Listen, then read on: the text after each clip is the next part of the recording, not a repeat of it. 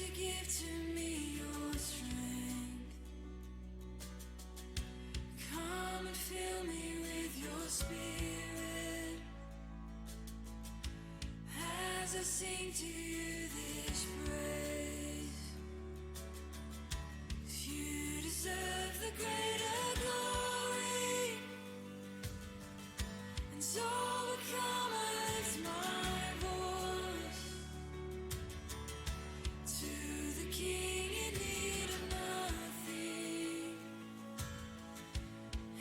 Empty-handed I rejoice, 'cause you deserve the greater glory,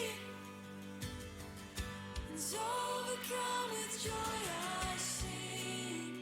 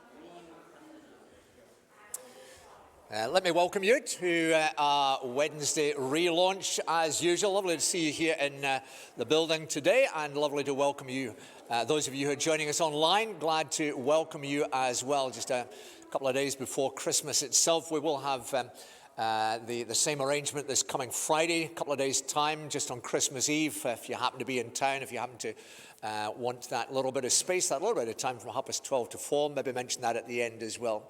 But welcome today.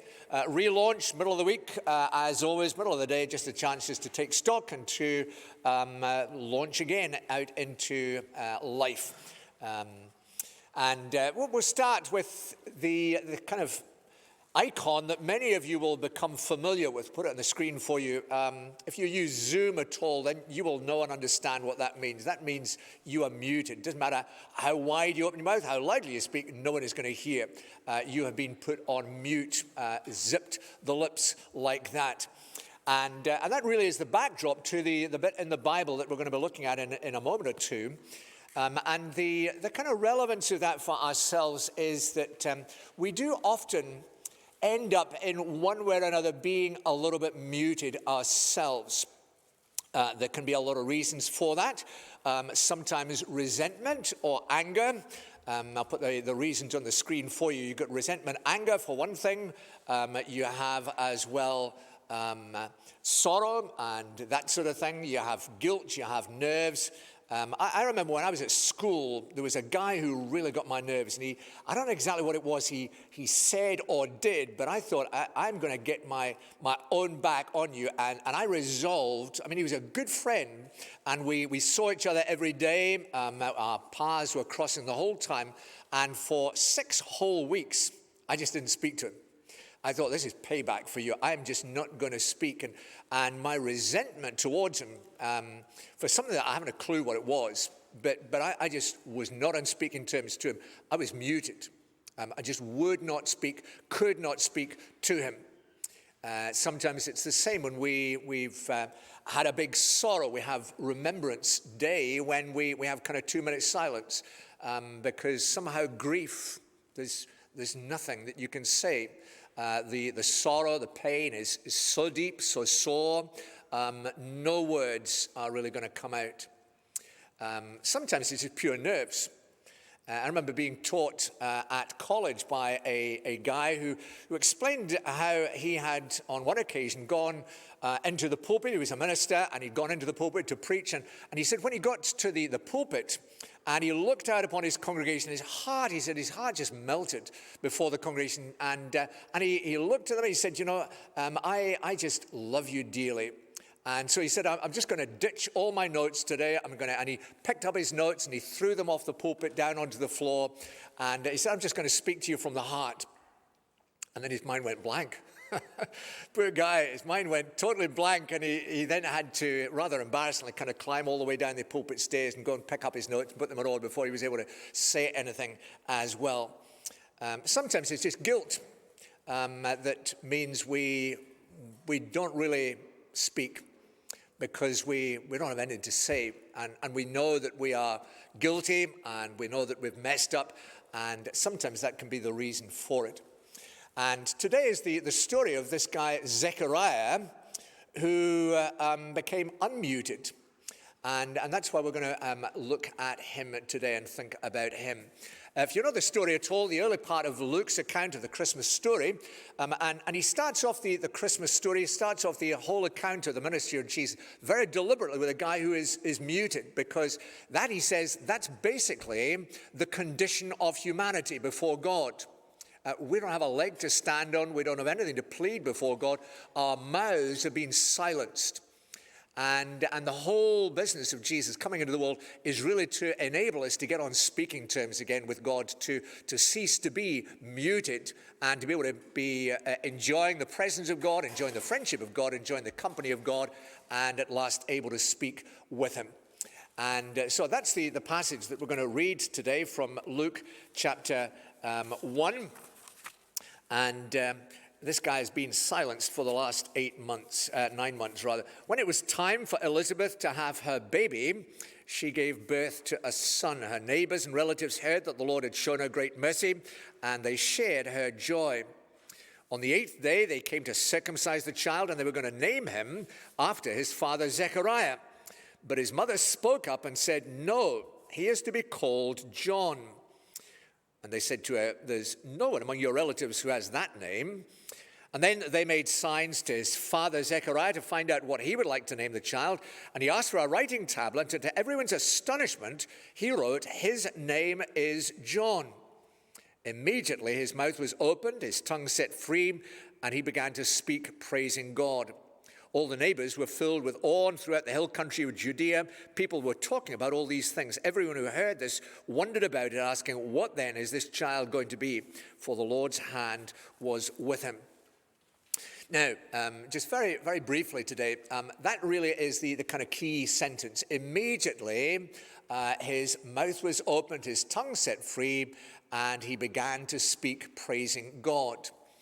This is the story of a man who is at last set free to enjoy that sort of presence of God, and enjoy the friendship of God, and enjoy being able to simply pour out his heart to the Lord. Liberating moment for him, and a liberating moment for humanity as we get on speaking terms again with a living God. And it's comparable, I suppose, to if you are a fan of a particular team, whether it's a football team or a rugby team, or even, I suppose, a kind of cricket team. You'd be best not to support England at the moment, I suppose, out in Australia. But as a supporter, you can be silenced for long enough because it seems that nothing is happening, your team isn't doing so well, and then suddenly, to your surprise, to your astonishment, your team scores, you get the victory, and try stopping people speaking. And it's that sort of thing that happens here. We discover a whole new life that is lived where we are pouring out our hearts in praise to God, because we delight in the knowledge of all that he is, the knowledge that he's come to be with us, come to help us, come to be there for us in all things, and we just delight in that day by day. How does that happen? Just a couple of things, therefore, as I close off today, because I'm aware that sometimes some of you come here and you are looking for a word from the Lord. He is the living God. He knows you, and you come and you're looking for a word from the Lord. Some of you that tune in online, you're tuning in because you are looking to the Lord to be speaking into your situation. He knows you in a way that I don't, but he does. And it may just be that one or other or both of these things that I'm going to highlight for you now is God's word to you. Immediately, his mouth was opened, his tongue set free. What happened? Are these two things. Number one, he affirmed that God is gracious. He affirmed the nature of God. God is gracious. That's what the name John means. It means the Lord is gracious. That's to say, he deals with us very generously, very kindly, very wisely, and in a way that we don't deserve. And Zechariah has had 9 months to think about this, because there may have been in his life, as there may be in your life and in your circumstances, all sorts of things that mean you just kind of harbor a little bit of resentment towards God because he hasn't done what you think he should have done. He hasn't dealt with you the way that you think he should have dealt with you. And deep down, there's that kind of lurking suspicion that somehow God is not altogether kind. And the first thing that Zechariah does here, 9 months down the line, is he puts pen, as it were, to paper, gets out the tablet, and he says, "John, the Lord is gracious." And to be able to declare that, to state that, to affirm that, and say, "Lord, I don't understand everything that's been happening in my life. I don't understand why you've allowed these things to happen, and why you haven't done this, and why you haven't done that. But I am persuaded that you are gracious, and I will stand on that truth. He is full of grace." The song that was sung immediately before I was speaking here is simply called "The Good and Gracious King." That's who he is. He is good. He is gracious. And at Christmas, we are invited again, all over again, to contemplate what it is that this God who made the world, who runs the world, who knows the world, and who loves the world, what it is he has done. He has come And he has come because he is good, and he's come to do us good. We don't deserve it. He has come in grace. And at Christmas, we have the opportunity once again to say, Lord, that's who you are. You are good and gracious. Second thing that Zechariah does here is not simply affirm God's nature, but he obeys God's instruction. The angel had told Zechariah 9 months earlier, when this child is born, you are to give him the name John. That's what you're to call him. That's not a suggestion that was being made to Zechariah. It was a command. It was an instruction. And the first opportunity that Zechariah has, despite the fact that it runs counter to what all the people who are there think he should be doing, despite the fact that it runs counter to tradition, that it runs counter to the expectations of all the people there, he will do what God has said. And God has said you are to call him John, and so he will do what God has said. And as he does so, immediately his mouth is opened, his tongue set free, he begins to speak and praises God. Now, there may well be something that the Lord has been speaking to you about. Perhaps over the past week, perhaps over the past month, perhaps over the past year even. Something that the Lord has been speaking to you about. And there's no dubiety about what he's been saying to you. It may be some person that he wants you to go and see and speak to. Some person that you've been avoiding. Some person that you've just not been communicating with. And it may be that God has been saying to you, go and speak to that person. Go and make it up with that person. It may be there's something that he's been telling you to do. Some place he's been telling you to go. Some task he's been telling you to address, and you've just been putting it off, and you've been avoiding it, and this is the opportunity at Christmas time. You do what he says. You follow through in that. That's what Zechariah does. That's what Joseph does. That's what Mary does. That's what the wise men do. They are all obeying the instruction that they've been given. And they're following through. They don't always understand the consequences of it. They don't always understand the reason for it, but they do what the Lord has been saying to them to do. And if there is something like that in your life, it may be that there's someone that you have been refusing to forgive. And the Lord has been speaking to you about that and saying, no, forgive them. It may be that there is someone that you've been refusing to be in touch with. And the Lord's been saying, get in touch with that person. Whatever it is that the Lord has been speaking to you about. It may be a bad habit that the Lord has been saying, listen, drop it. Whatever it is, just you go do it. And the hope that we have as we read in the narrative here of the Bible, in the Christmas story, is it begins with a guy who, when he does what the Lord has been speaking to him about, immediately his mouth is opened, his tongue set free, he begins to speak, and there is praise in his heart. His whole perspective on life has been transformed. And so may it be for you and me as well this Christmas time. Let me pray. Living God, we're glad of these few brief moments when we may be quiet and still in the middle of the day, middle of the week, particularly as we move towards another Christmas day, when often things are pretty busy around us, and sometimes there's a whole load of hassle as well involved. Glad just of the opportunity to pause even briefly. And if there are particular things, living God, that you've been speaking to some of the folk here, some of the folk tuning in online about, some of the things that you've maybe been saying there to do, or perhaps just to drop doing, would you help us simply to respond as Zechariah does? However much it may be sticking our neck out and going against the expectations of others, going against what other people normally do, help us to take that step to do what you've called us to do. Help us to stand on the basis that you are that good and gracious King. And may we be enabled, like Zechariah of old, to erupt in praise and join together in sounding out your own great praise, as the angels themselves declared and sang glory to the newborn King. May that be the spirit that rises in our hearts in these days. So grant us your continued blessing, help, and refreshment as we ask it all in Jesus' name. Amen.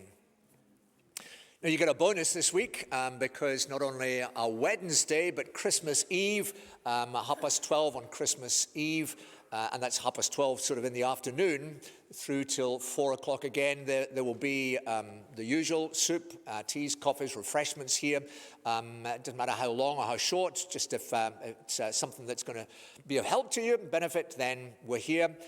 And we hope that that'll be an opportunity for you to enjoy something of the occasion. We may even, in some of the kind of music that'll be going on in the backdrop, may even take the opportunity at some point or other to join in singing some of the things with them as they sound them out. But enjoy the rest of your lunch today here, and enjoy the rest of this week as well. God bless you.